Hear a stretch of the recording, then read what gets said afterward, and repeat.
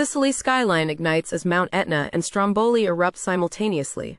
Catania at Etna's foot is blanketed in black ash. The airport is grounded, disrupting flights. Residents battle ash-covered streets and cars.